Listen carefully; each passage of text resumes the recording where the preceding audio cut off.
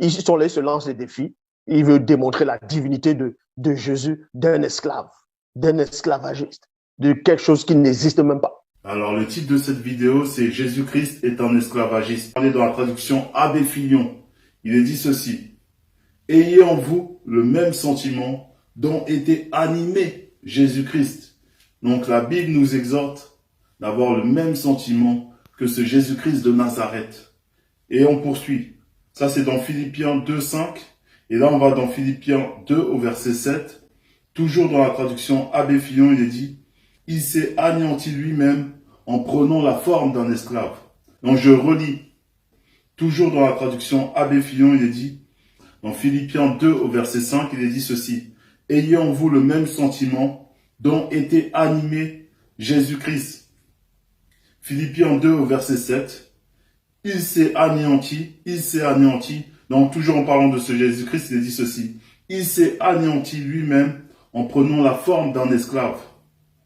Donc la Bible nous dit d'avoir le même sentiment que Jésus-Christ. Et par conséquent, elle nous dit d'avoir ce sentiment de servitude. Parce qu'elle nous dit, ayez en vous le même sentiment dont était animé Jésus-Christ. Il s'est anéanti lui-même en prenant la forme d'un esclave. Et là, nous allons également voir que ce Jésus-Christ a mis plusieurs personnes dans la servitude. Parce que Jésus-Christ était un esclavagiste. Il a réduit Jean, Jacques, Paul, Timothée, Jude et bien d'autres encore. Et nous allons vous le démontrer selon les Bibles actuelles classiques. Donc ce Jésus-Christ est bel et bien un esclavagiste. Dans la traduction John Nelson Darby, il est dit ceci. Révélation de Jésus-Christ que Dieu lui a donnée pour montrer à ses esclaves. Pour montrer à ses esclaves les choses qui doivent arriver bientôt. Et l'a signifié en envoyant par son ange à son esclave Jean. À son esclave Jean. Donc vous voyez, ce Jésus-Christ avait plusieurs esclaves. La Bible nous dit que Jésus-Christ avait plusieurs esclaves. Donc je relis dans la traduction John Nelson Darby, dans Apocalypse 1 au verset 1, il est dit ceci. Révélation de Jésus-Christ que Dieu lui a donnée pour montrer à ses esclaves, les choses qui doivent arriver bientôt. Et il a signifié en envoyant par son ange à son esclave Jean. Donc vous voyez la distinction. On nous dit que ce Jésus-Christ avait plusieurs esclaves et il avait également un esclave qui se nomme Jean, selon les Bibles actuelles classiques. Et dans la traduction John Nelson Darby, dans Jacques chapitre 1 au verset 1, il est dit ceci. Jacques, esclave de Dieu et du Seigneur Jésus-Christ. Jacques, esclave de Dieu et du Seigneur Jésus-Christ. Donc vous voyez, dans le verset précédent, dans Apocalypse 1 au verset 1, on nous dit que ce Jésus-Christ a réduit plusieurs esclaves, a réduit plusieurs personnes dans la servitude en esclavage. Il a réduit également un esclave qui se nomme Jean. Et dans le verset suivant, on nous dit que il y a un esclave qui se nomme Jacques. Donc on poursuit. Dans Romains 1 au verset 1, il est dit ceci dans la Nouvelle Bible seconde. Paul, esclave de Jésus-Christ, apôtre par appel, mis à part pour la bonne nouvelle de Dieu. Donc vous voyez, ce Jésus-Christ, dans Romains 1 au verset 1, il a réduit dans la servitude un personnage qu'on nomme Paul, parce qu'il est dit Paul, esclave de Jésus-Christ. Dans Philippiens 1 au verset 1, dans la traduction John Nelson Darby, il est dit ceci. Paul et Timothée, esclaves de Jésus-Christ, à tous les saints dans le Christ Jésus, qui sont à Philippe, avec les surveillants et les serviteurs. Donc il y avait des surveillants et des serviteurs à Philippe, qui contrôlaient les esclaves de ce Jésus-Christ. Dans Jude 1 au verset 1, il est dit ceci. Jude, esclave de Jésus-Christ et frère de Jacques, aux appelés bien-aimés en Dieu le Père et conservés en Jésus-Christ. Donc vous voyez, Jude était l'esclave de Jésus-Christ. Parce que Jésus-Christ a été et restera un esclavagiste. Donc ce Jésus-Christ est un esclavagiste.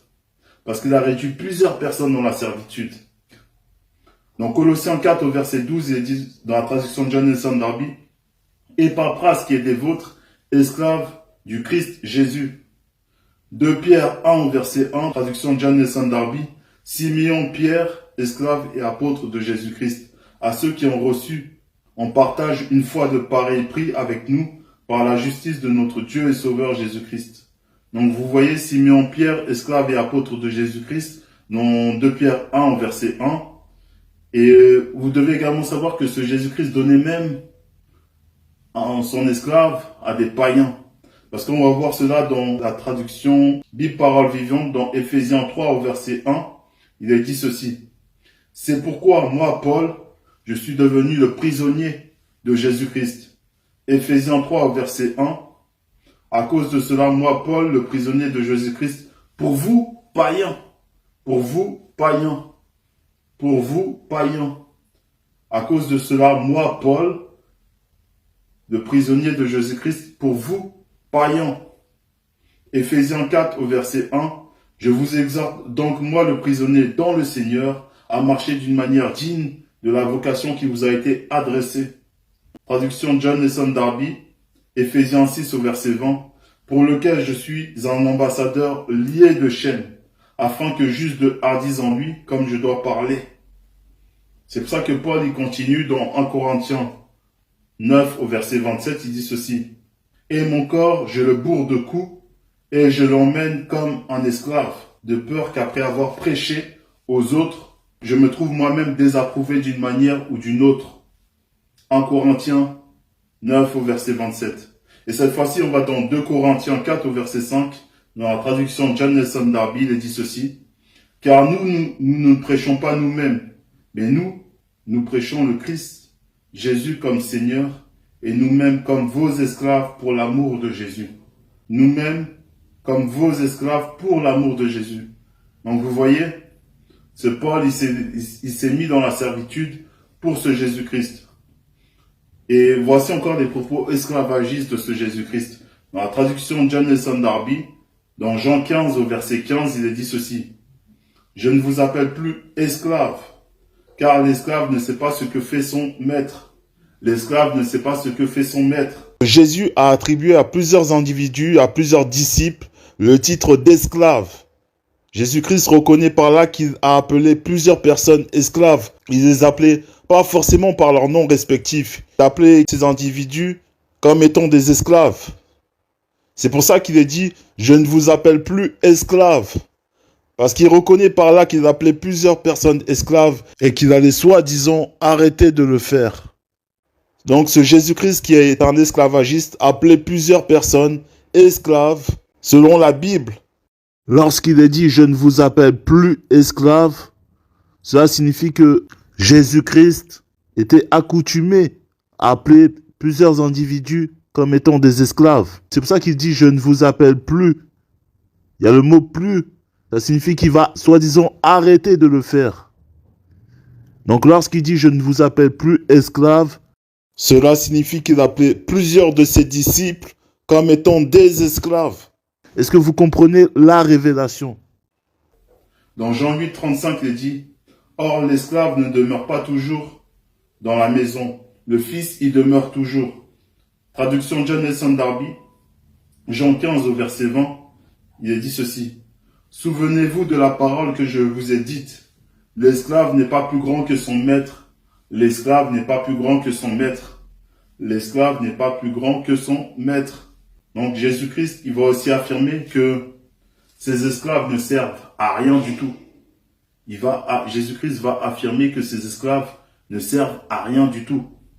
Et vous allez le voir dans Luc 17 au verset 10, dans la traduction de John Nelson Darby, il est dit ceci. « Ainsi, vous aussi, quand vous aurez fait toutes les choses qui vous ont été commandées, dites de point, nous sommes des esclaves inutiles. » Donc c'est ce Jésus-Christ qui parle, il va parler à plusieurs personnes, il va dire ceci dans la traduction de John Nelson Darby, dans Luc 17 au verset 10, il va dire ceci. « Ainsi, virgule, vous aussi quand vous aurez fait toutes les choses qui vous ont été commandées, dites, nous sommes des esclaves inutiles. Nous sommes des esclaves inutiles. Ce que nous étions obligés de faire, nous l'avons fait. Ce que nous étions obligés de faire, nous l'avons fait. Donc vous voyez, dans Luc 17 au verset 10, ce Jésus-Christ s'adresse à plusieurs personnes et il leur dit, nous sommes des esclaves inutiles. Ça signifie qu'il se met également à l'intérieur. Il se compte comme un esclave parce qu'il dit, dites, nous sommes des esclaves inutiles. Parce qu'il va s'adresser à ses disciples, il va s'adresser à plusieurs personnes qui sont dans sa compagnie. Et il va leur dire, dites que nous sommes des esclaves inutiles. Ce que nous étions obligés de faire, nous l'avons fait. Donc vous voyez, ce Jésus-Christ a rendu plusieurs personnes dans la servitude. Et il continue de le faire même dans cette époque.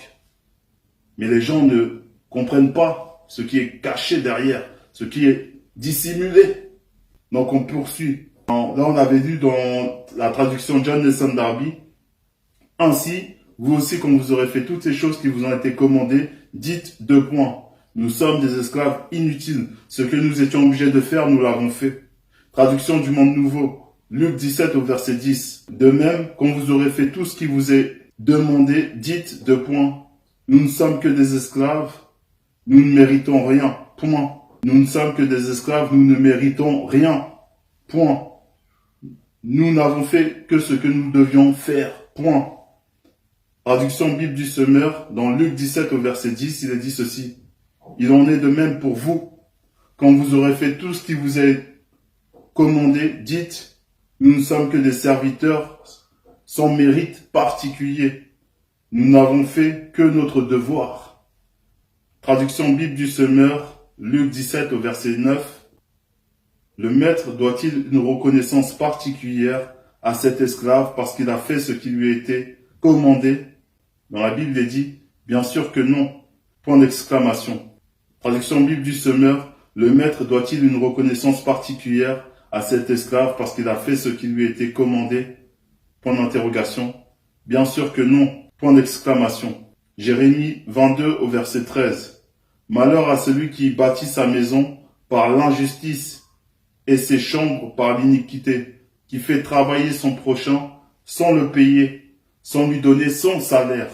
Et dans les récits que vous avez, ce Jésus-Christ, il traite plusieurs personnes d'esclaves inutiles. Dans Luc 17 au verset 10, dans la traduction John Nelson Darby, il est dit ceci. Ainsi, vous aussi, quand vous aurez fait toutes les choses qui vous ont été commandées, dites 2 points. Nous sommes des esclaves inutiles. Matthieu 25 au verset 30. Traduction David Martin, il est dit ceci. Jetez donc le serviteur inutile dans les ténèbres de dehors. Là, il y aura des pleurs et des grincements de dents. Matthieu 25 au verset 30. Traduction du Monde Nouveau, 1995. Et jetez l'esclave bon à rien dans les ténèbres du dehors. Point. C'est là que seront ses pleurs et ses grincements de dents. Point. Traduction John Nelson Darby. Et jeter l'esclave inutile. Donc vous voyez, toutes ces personnes qui vont mettre en application les commandements de ce Jésus-Christ, voici la récompense. Jetez donc le serviteur inutile dans les ténèbres de dehors. Là, il y aura des pleurs et des grincements de dents. Jetez donc le serviteur inutile. Et ce Jésus-Christ a dit à plusieurs personnes, à ses disciples, il leur a dit, dites que nous sommes des esclaves inutiles. Ce que nous étions obligés de faire, nous l'avons fait. Donc, il va donner des recommandations, il va donner des prescriptions, il va donner des usages. Et il va leur dire à ses disciples qui ne servent à rien, que ce sont des esclaves inutiles. Et la récompense de ses disciples, de ses serviteurs, des personnes qui veulent mettre en pratique la loi de ce Jésus-Christ, la récompense, elle est dans Matthieu 25 au verset 30. Dans la traduction de David Martin, il est dit ceci. Jetez donc le serviteur inutile dans les ténèbres de dehors. Là, il y aura des pleurs et des grincements de dents. Donc vous voyez, traduction John Nelson Darby. Et jetez l'esclave inutile, et jetez l'esclave inutile dans les ténèbres de dehors. Là seront les pleurs et les grincements de dents. Et jetez l'esclave inutile dans les ténèbres de dehors. Là seront les pleurs et les grincements de dents. Dans Matthieu 25 au verset 30. Donc toutes ces personnes qui vont mettre en application la loi de ce Jésus-Christ vous considère comme des serviteurs inutiles. Il vous considère comme des personnes qui ne servent à rien du tout. Et votre récompense, vous n'en avez pas. Vous n'avez pas de récompense. Parce que vous serez jetés dans les ténèbres de dehors. C'est ça la récompense en fait. Selon les Bibles actuelles classiques. Donc, la doctrine de ce Jésus-Christ, c'est de mettre plusieurs personnes dans la captivité. Dans le but d'opprimer plusieurs personnes. Et de les mener à la mort spirituelle. Vous devez également savoir que dans Galates 5 au verset 1, ce verset-là dit tout le contraire. Parce que dans Galates 5 au verset 1, il est dit ceci. Ne vous laissez pas dans le joug de la servitude. Dans la traduction Jonathan Darby. Et dans Galates, toujours dans Galates 5 au verset 1, mais cette fois-ci dans une autre traduction, il est dit ceci. Ne vous laissez pas réduire dans l'esclavage. Et encore, il est dit encore ceci. Ne vous laissez plus attacher avec les chaînes de l'esclavage. Dans Galates 5 au verset 1, dans la traduction Bible Parole de vie. Ne vous laissez plus attacher avec les chaînes de l'esclavage. Il existe plusieurs chaînes de l'esclavage. Les chaînes de l'esclavage physique, les chaînes de l'esclavage mental, intellectuel, moral et spirituel. Il existe plusieurs sortes et formes de chaînes. Et on vous dit, dans Galates 5 au verset 1, ne vous laissez plus attacher avec les chaînes de l'esclavage. Parce que l'esclavage, c'est le fait de priver une personne de son libre arbitre.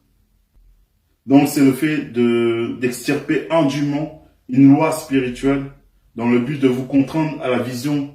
Une créature qui va imposer sa vision, qui va imposer ses intérêts, qui va imposer son mode de vie. Donc le fait de se laisser soumettre dans la servitude, c'est également aller à l'encontre de la loi spirituelle. Parce que chaque créature a le libre arbitre. Et le fait de se laisser dans le joug de la servitude, c'est le fait de se rendre captif d'une loi étrangère. Donc, il est temps maintenant de sortir de l'esclavage. Et voici encore des propos esclavagistes de ce Jésus-Christ. Donc, ce Jésus-Christ encourage l'esclavage. Dans Marc 10 au verset 44, il est dit, « Et si l'un de vous veut être le premier, il doit être l'esclave de tous. » Dans la traduction Bible en français courant, ce Jésus-Christ encourage l'esclavage. Dans Marc 10 au verset 44, parce qu'il est dit ceci, « Et si l'un de vous veut être le premier, il doit être l'esclave de tous. » Si l'un de vous veut être le premier, il doit être l'esclave de tous. Pourtant, dans 1 Corinthiens 7 au verset 23, il est dit ceci, « Ne devenez pas esclaves des hommes. Ne devenez pas esclaves des hommes. » Ésaïe 58 au verset 6. « Voici le genre de jeûne que je préconise, de point. Détacher les chaînes dues à la méchanceté, dénouer les liens de l'esclavage et dénouer les liens de l'esclavage. Renvoyer libres ceux qu'on maltraite. Mettez fin aux contraintes de toutes sortes. » Mettez fin aux contraintes de toutes sortes. Donc dans Jean 13 au verset 16, dans la traduction Jonathan Darby, il a dit ceci. En vérité, je vous le dis, l'esclave n'est pas plus grand que son Seigneur, ni l'envoyé plus grand que celui qui l'a envoyé. Galates 3 au verset 28, dans la traduction 8 secondes 1910, il est dit, il n'y a plus ni juif ni grec, il n'y a plus ni esclave. Dans les récits que vous avez, il est dit qu'il n'y a plus d'esclaves. Et tout ça, c'est faux, parce qu'on voit que même dans le paradis illusoire de ce Jésus-Christ, il y a des esclaves là-bas. Il y a plusieurs esclaves. Les anges, ce que vous appelez les anges également, selon les Bibles actuelles classiques, sont des esclaves de ce Jésus-Christ. Et vous devez également savoir que même les personnes selon le paradis illusoire de ce Jésus-Christ, les personnes qui sont soi-disant sauvées sont également des esclaves là-bas. Dans Apocalypse 22 au verset 3, Apocalypse 22 au verset 3, traduction Jonathan Darby, « Et il n'y aura plus de malédiction, et le trône de Dieu et de l'agneau sera en elle, et ses esclaves, et ses esclaves, et ses esclaves, et ses esclaves le serviront. » Donc vous voyez, dans le paradis illusoire de ce Jésus-Christ, il y a toujours des esclaves là-bas. Je relis Apocalypse 22 au verset 3, traduction John Nelson Darby, et il n'y aura plus de malédiction, et le trône de Dieu et de l'agneau sera en elle, et ses esclaves, et ses esclaves, et ses esclaves le serviront. Donc ce Jésus-Christ est un esclavagiste, selon les Bibles actuelles classiques. Traduction du Monde Nouveau. Et il n'y aura plus aucune malédiction, le trône de Dieu et de l'agneau sera dans la ville, et ses esclaves lui offriront un service sacré. Apocalypse 22 au verset 3. Donc l'esclavage, c'est une malédiction. Dans ce verset, on nous dit qu'il n'y aura plus de malédiction. Mais le fait d'aller à l'encontre de la loi spirituelle, c'est déjà être dans la malédiction. Parce que l'esclavage, c'est une malédiction. Donc, le fait de lire ce passage et de dire il n'y aura plus de malédiction, c'est déjà un mensonge. Parce qu'on parle dans ce passage d'esclaves. On ne peut pas dire que l'esclavage, ce n'est pas une malédiction. Parce que l'esclavage est une malédiction. Le fait d'être dans l'esclavage, c'est la souillure. C'est d'être souillé. Apocalypse 21 au verset 27, il est dit ceci dans la traduction 8 secondes 1910. Il n'entrera chez elle rien de souillé, ni personne qui se livre à l'abomination et au mensonge. Donc dans Apocalypse 21 au verset 27, dans la traduction 8 secondes 1910, il est dit ceci. Il n'entrera chez elle rien de souillé, ni personne qui se livre à l'abomination et au mensonge. Et pourtant, ce Jésus-Christ, il se livre à l'abomination et au mensonge. Parce que, selon les Bibles actuelles classiques, il fait semblant. Et le fait de faire semblant, c'est mentir. C'est manifester le mensonge. Donc Jésus-Christ ne doit normalement pas rentrer dans son paradis illusoire, selon les Bibles actuelles classiques. Parce que dans Luc 24 au verset 28, dans la traduction Bible Parole Vivante, il est dit « Jésus fit semblant de vouloir continuer sa route. » Et faire semblant, on le sait, c'est mentir. Dans Apocalypse 22 au verset 15, il est dit ceci. Dehors les chiens, les enchanteurs, les impudiques, les meurtriers, les idolâtres. Dehors quiconque aime et pratique le mensonge. Dehors quiconque aime et pratique le mensonge. Et pourtant, dans Luc 24 au verset 28, dans la traduction Bible Parole Vivante, on a vu que Jésus fit semblant de vouloir continuer sa route. Et le fait de faire semblant, c'est le fait de mentir, le fait de pratiquer le péché. Parce que faire semblant, c'est pratiquer le péché, c'est mentir volontairement, par des gestes trompeurs, par une attitude qui est mensongère. Et pourtant, dans Apocalypse 22 au verset 15, il est dit ceci. Dehors quiconque aime et pratique le mensonge. Dehors quiconque aime et pratique le mensonge. Dans Jean 8 au verset 34, dans la traduction 8 secondes 1910, il est dit ceci. En vérité, je vous le dis, leur répliqua Jésus, quiconque se livre au péché est esclave du péché. C'est pour ça que dans la traduction Abbé Fillon, dans Philippiens 2 au verset 7, il est dit ceci. Il dit là que Jésus s'est anéanti lui-même en prenant la forme d'un esclave. Un esclave, c'est celui ou celle qui est privé de sa liberté. Un esclave, c'est quelqu'un qui vit dans le péché, car on lui retire la notion du libre arbitre. Alors que le but de l'évangile, comme on le sait très bien dans Jean 8:32, c'est d'être libre. Donc vous connaîtrez la vérité et la vérité fera de vous des hommes libres. Donc le but de l'évangile, c'est d'être libre. Ce n'est pas d'être captif, emprisonné. Ce n'est pas d'être dans la servitude. Donc vous voyez que ce Jésus-Christ va à l'encontre de la loi spirituelle. Par son agissement, par sa manière de parler, par son comportement. Il va à l'encontre de la loi spirituelle. Traduction Claude Tresse-Monton, dans Matthieu 18 au verset 23. Il est dit ceci. Et c'est pourquoi il est semblable, le royaume des cieux, à un roi de chair et de sang, qui a voulu faire ses comptes avec ses esclaves. En Matthieu 18 au verset 23, je répète, dans la traduction Claude Tresse-Monton, dans Matthieu 18 au verset 23, il est dit ceci. Et c'est pourquoi il est semblable, le royaume des cieux, à un roi de chair et de sang, qui a voulu faire ses comptes avec ses esclaves. Qui a voulu faire ses comptes avec ses esclaves. Donc vous voyez par là que c'est une fausse doctrine. Apocalypse 19 au verset 9. Traduction 8 secondes 1910. Et l'ange me dit, écris heureux ceux qui sont appelés au festin de noces de l'agneau. Et il me dit, ces paroles sont les véritables paroles de Dieu. Point. Donc là, c'est par rapport à l'histoire de Jean et de l'ange. Là, c'est par rapport à l'histoire de Jean. Dans Apocalypse 19 au verset 10, dans la Nouvelle Bible seconde, il est dit ceci. Je tombais à ses pieds pour me prosterner devant lui. Pour me prosterner devant lui. Mais il me dit, garde-toi de faire cela. Je ne suis que ton compagnon d'esclavage et celui de tes frères qui portent le témoignage de Jésus. Prosterne-toi devant Dieu, car c'est le témoignage de Jésus qui est l'esprit de la prophétie. Et là, cette fois-ci, on va dans la traduction du Monde Nouveau, dans Apocalypse 19 au verset 10, toujours, il est dit ceci.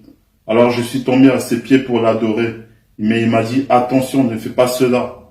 Je ne suis que ton co-esclave et celui de tes frères qui ont l'honneur de rendre témoignage au sujet de Jésus.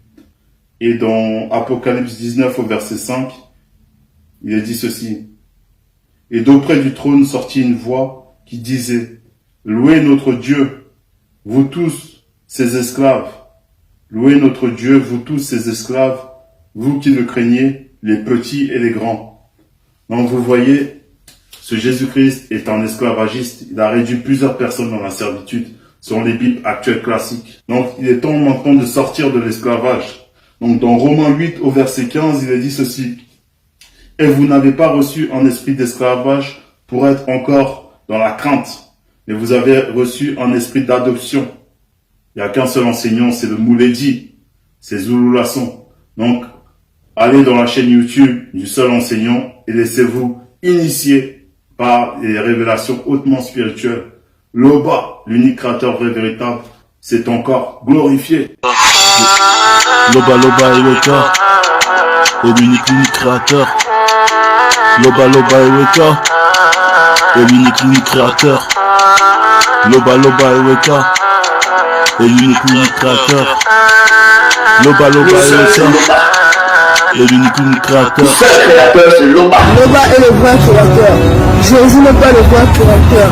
Les chrétiens, sortez de tous ces fausses églises. Loba est le vrai créateur. Venez-vous le dire à Loba. Loba est le vrai créateur.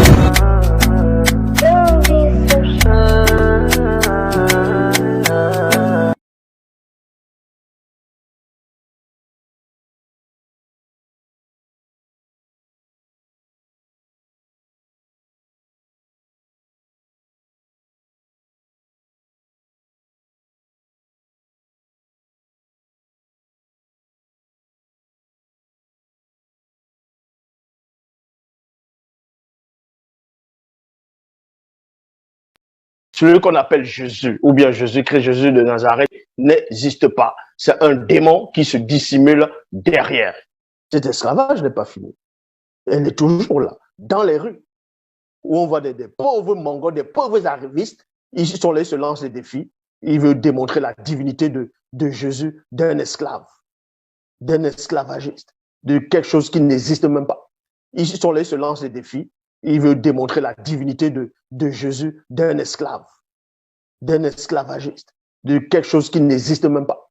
Comment tu vas respecter un esclavagiste? Tu vas respecter quelqu'un qui te prive de liberté? Tu vas respecter quelqu'un qui veut t'ôter ton libre arbitre? Où est le respect là-dedans? Où est le respect là-dedans? Voilà comment ils sont tous aveuglés. Malachie chapitre 1 verset 6, Bible du rabbinat français local. Le fils honore son père, l'esclave son maître. Le fils honore son père, l'esclave son maître. Vous voyez? Que ce soit dans la Torah ou dans ce qu'ils appellent le Nouveau Testament, c'était des esclavagistes. Que ce soit les auteurs de la Torah, des autres livres, de toute forme de religion ou de spiritualité qui n'est pas approuvée par celui qui est en face de vous, sont des esclavagistes. Les mauvaises habitudes du collège m'ont rattrapé quand je suis devenu adulte. Avant le Christ, moi j'ai connu la rue, la street zère dans les quartiers de Kinshasa. Allez dire à ma mère que maintenant je suis esclave de Jésus. Allez dire à ma mère que maintenant je suis esclave de Jésus. Allez dire à ma mère que maintenant je suis esclave de Jésus. Donc vous, les chrétiens, vous êtes des esclaves. Vous n'avez même pas honte de votre condition. Et vous chantez même cela dans vos musiques. Honte à vous.